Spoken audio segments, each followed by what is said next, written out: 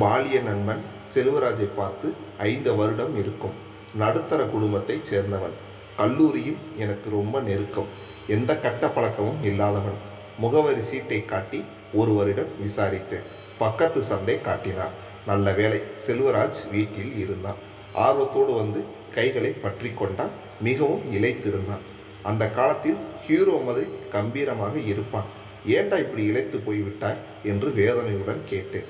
தண்ணி அடிச்சு உடம்பை கெடுத்துக்கிட்டாரு. தண்ணி அடித்தாலே நெஞ்சு வலி வருது, இருந்தாலும் கேட்க மாட்டேன் என்கிறார். அவன் மனைவி வருத்தத்தோடு சொன்னான். செல்வராஜ், ஏண்டா இப்படி மாறிட்ட? கேட்கவே வருத்தமாக இருக்கு. தயவு செய்து இனிமேலாவது தண்ணி அடிப்பதை நிறுத்திடு. நான் தண்ணி அடிக்காமல் பின்ன யார் அடிப்பது? உன் வீடு மாதிரி இங்கே மோட்டரை வச்சிருக்கு, பட்டன் அழுத்தினா தண்ணி கொட்டுவதற்கு. அவள் ஹார்ட் பேஷண்ட். கொலையை பிடிச்சி 2 அடித்தாலே நெஞ்சை பிடிச்சிப்பா. அதனாலே தான் நானே அடிக்கிறேன். நீ விஷயம் புரியாமல் அட்வைஸ் பண்ணாதே என்றான். வெட்கமாய் போய்விட்டது.